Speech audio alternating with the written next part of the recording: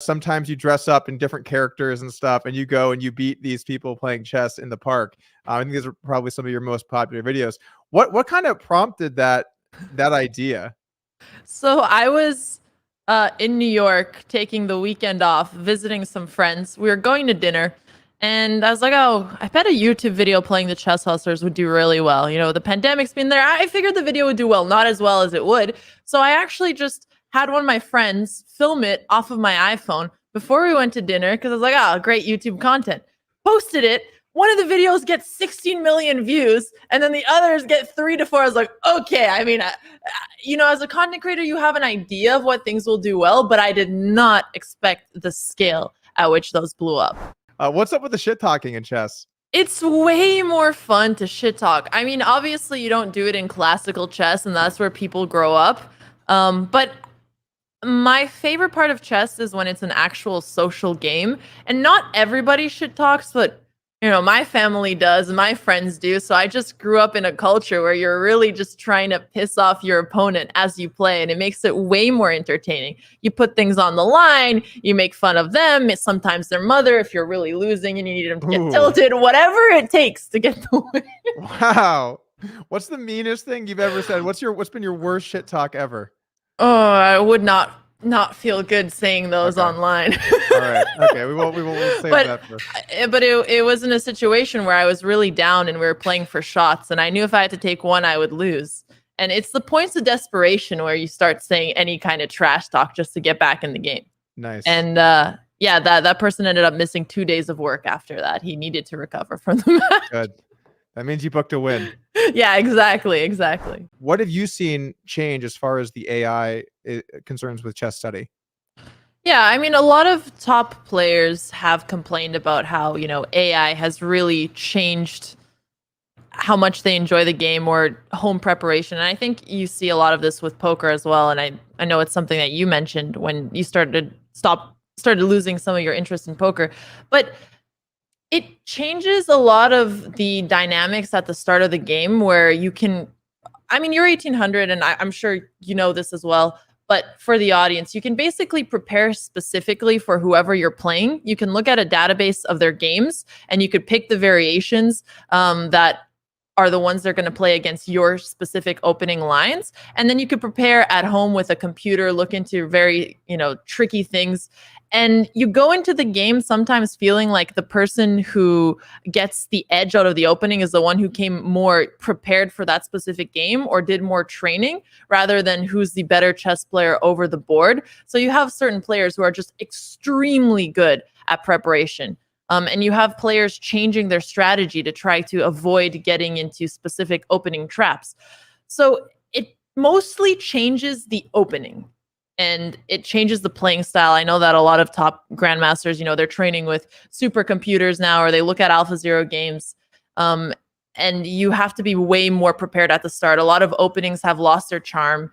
You know, you're not looking at them with your coach or your second and trying to figure out things by yourself. You're just doing whatever the computer is telling you to do, which is why some people like Chess 960, since it randomizes the opening position. Bobby Fischer, Susan Polgar, they were both really supporting that variant for that reason. That variant's cool. It's where all of the pieces in the back row can randomly be in different spots, right? And it's called 960 because there's 960 different openings, different potential openings, right? Exactly. Yeah, that's the case. But I will say for the average player, and this is probably similar to poker, it doesn't really impact you because most people don't know that much opening theory anyway. And it does make it a lot more accessible for people to be able to study and learn by themselves, to have an opening table and just check with the computer and see what kind of mistakes you do. But it also makes chess players lazier. Instead of trying to figure it out and really understand why something made sense or it didn't, you just look at the computer, it gives you an easy answer. You feel like, oh, okay, I get it now, but you probably are not going to retain that as much. Who do you think is smarter, chess players, top chess players, or top poker players? Who do I think is smarter? Well, I mean, that's a trick question. I think, obviously, if you're a top player in anything, you have to be extremely intelligent. If you're the best poker player in the world, or if you're the best chess player in the world. And also, it takes a lot of time and something that you've dedicated your entire life to. So how much of it is training versus, you know, raw IQ or EQ? But there's definitely a lot of overlap between chess and poker. I think I will say this. I always get confused at people who are smart enough to be a grandmaster, but then spend their entire life being an average grandmaster. If you put that brain power and talent into use, you don't have to be broke. You don't have to be starving, you know? Like, look at, if you would have done that in poker, you would have done much better, which is why I always like seeing people who are like a master go into poker and then just do so much better than they would have if they were just doing chess. So there we go. I'll give poker players a bone there. Thank you. We do appreciate that. I think what makes poker so great is that there is so much luck that anyone can step in, and if they do well, maybe they think they're really good, and it allows bad people to play longer because they don't understand they're actually being beaten, and it allows for lots of gambling. Not a lot of gambling in chess because you know who's better. In fact, there's a system that tells you who's better. Do you think chess could maybe use a little bit of luck added in there somehow? We need some RNG. No, I mean, I think people like chess because it's a game of perfect information. Same how people like poker because you get a little bit of an adrenaline when you're betting and doing some gambling. But I mean, obviously poker, the best poker players still tend to be the one who get more, bracelets at the WSOP and things like that. So obviously there's a lot of skill that is involved. And even if, you're gambling and getting lucky, the best players are still going to end up being the best players with a few exceptions. I actually like, or maybe you disagree with that, but I think a lot of chess players actually do like gambling. They like betting on games or giving odds or things like that. I don't think it'd be fun to add randomness to chess because that's not what I like about chess. I like that what determines who wins in chess is how good and how prepared you are and how you're going against your opponent. I love that about it. It also makes you get a lot more tough on yourself if you make a mistake because you have nobody to blame but yourself. And there is a little bit of luck in chess. Like, let's say you fall into a line that your opponent prepared with his computer and his coach, and you're just out of the book and it happened and it's a position he happens to understand more and something just happened that you got into it. But I like poker and chess, and I think a lot of chess players can just add gambles on the side when they're playing. Yeah, I saw you adding some gambles, but that was a pretty unique spot because you and Dan Smith have almost the same rating, right? So it's a very fair bet if you guys bet. Yeah, but he actually usually beats me in Blitz. So I beat him in Bullet. He beats me in Blitz. Classical or FIDE were similar in rating. We played one tournament together in Iceland, and we were just sitting next to each other the entire tournament. We'd move up and move down, and I always just see Dan Smith to my left. That's very cute. I think that sometimes poker players use too much poker language when they talk about poker and what's happening.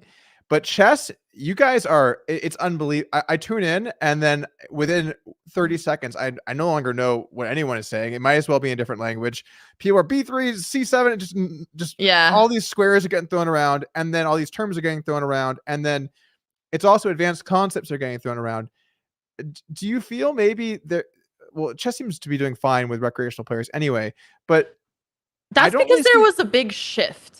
And this big shift came after the pandemic. So actually you asked this question earlier and I didn't answer it, but it wasn't actually Queen's Gambit that gave chess the first boom. It was the pandemic. People play more chess when they're at home, and chess.com had something like 2x more users signing up every single day 2 months after the pandemic. So that gave them the initial boost, and then it blew up on Twitch before the pandemic. And then a lot of Twitch streamers who are casual started playing chess. And what the commentators quickly started learning is that you had to take out the jargon because the average person is just not going to understand. You don't want to be doing very difficult variations. You just want to explain the main idea in that position. So it could be something like, this is the opening. What white needs to do is just take out their pieces and get their king to safety as fast as possible, while also being careful to not fall to this one pin there, draw an arrow, put a red, square on the one piece. And that's about it. You don't want to go more than that because it's not going to make sense.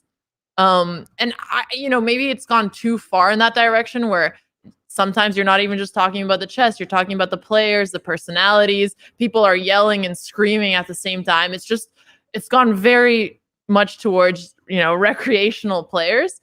So maybe there's going to be more of a healthy balance for things like the World Chess Championship. But I think it has been helpful because the biggest issue with enjoying watching chess is the barrier to entry and actually understanding some of these basic concepts and even having it be fun if you don't know what's going on. You've recently been playing poker on a bunch of different shows. You've kind of jumped right in. I don't think you have that much poker experience before these events. You can correct me if Just I'm casually. wrong. I didn't study poker. I just like playing, with friends, which is very different because, friends playing with my sister has cards and she goes like, her lips start curling upwards. I know exactly what she has. It's very obvious. It's more just reading your friends and family when you're playing with people, or just playing in social circles. So yeah, I didn't have a lot of formal poker experience, but my dad did teach me how to play when I was young as well. And we would just play for fun, or he'd be playing with people from his work and he'd be like, "Hey, Alex, take over. I have to go." I was 12. And then I had no idea. I got lucky and I beat everybody in his work and he won the tournament. And then he was just so happy. He was like, "Oh, my 12-year-old daughter beat all of you guys." And it's like, that's what I love about poker. That can happen, So I didn't realize you've trained for years. I thought you were more of a recreational player. Maybe you've been a pro the whole time. Do you find it unnerving in any capacity to be sort of jumping right in and sort of putting yourself out there in that way where, obviously poker's a tough game. You're going to make mistakes. What's that experience like? And I guess, how do you find it? Yeah. Well, when I play terribly and I make really basic, dumb mistakes, I feel like an idiot. For example, the one that we were actually together on Up Only, the crypto poker event. And first, I played terribly and I don't like making excuses, but I was in New York. My internet kept dying. I was trying to stream it and I had woken up after like 3 hours of sleep and I just played terribly. And then I started getting tweets from people like, "Oh, you're such a fish. You suck so much." Just a ton of random stuff. And then even when I went on the stream after, people were like, "Girl is dumb. Girl is dumb." They just kept spamming. I'm like, wow, some people are really idiots. And that one kind of rubbed me the wrong way. But only temporarily, And then sometimes you go and things are televised and you get really lucky and you win it. And you're like, "Oh yeah, I'm glad people are going to be able to see this one. That was pretty cool." So I guess what I'm trying to say is I try not to get too happy when I win and not too sad when I lose, because that's, the situation of the game. I just want to learn to improve and actually enjoy the process. The thing with poker for me and in general, I honestly, I haven't studied chess seriously since I was like 17 or 18. I'm basically a retired chess player who makes content. And hitting me right in the feels with that one. yeah, no, I mean, it's true because the thing is, I get really obsessive when I get competitive. And right now, I was competitive about not being a chess player, but I was competitive about content. I wanted to do really well. When I started streaming chess on Twitch, I wanted to become a top Twitch streamer, not in terms of just chess players, but break out into other things. That was the goal. It wasn't to get better at chess. But when I start playing poker and games like this, I really want to be able to study and get better, because the thing that makes me feel better when I make a mistake is learning from it. And it's just not super fun for me to compete in things where there are professional players unless I'm actually training. That's why it's fun if it's casual and I'm playing noobs or other people who are my similar skill, then it's fine and I can enjoy it. But if I'm going to go up against people who know what they're doing, I want to get better myself. And I feel like poker is one of those games that I could really go down the rabbit hole and get weight. And it would take so much time to get decent. So yeah, I should probably stay away from that. Are you going to be playing any more events in the near future? What do you got kind of lined up? So again, I need to decide whether I'm okay being bad, because sometimes I'd rather not do something at all than be bad at it. At least there's some luck in poker, so that's really fun. I was considering playing in the WSOP because I had somebody who was interested, a company that was interested in sponsoring my buy-in. So it's not like I'd be taking the risk there, and it could be a cool experience. But of course, the price I'm paying there is the opportunity cost for whatever time I'm spent studying poker, going to the event, taking the time off streaming and things like that. So I need to figure it out. I really enjoy poker. The cool thing that I mentioned is happening is I think there's going to be a boom in content related to poker with amateurs, with content creators. So if I'm able to do something in that area or help facilitate some events, then it's pretty cool. Because one, the opportunity cost of me spending my time on it is now fine because I'm making good content and networking with other streamers. But second, the skill set on it is now much more level based, and I'm going to feel less bad because everybody else is also an amateur And even by training for things like the WSOP, then I'll get better for this space that I think is very interesting. So I'm still figuring it out, but those are my general thoughts right now.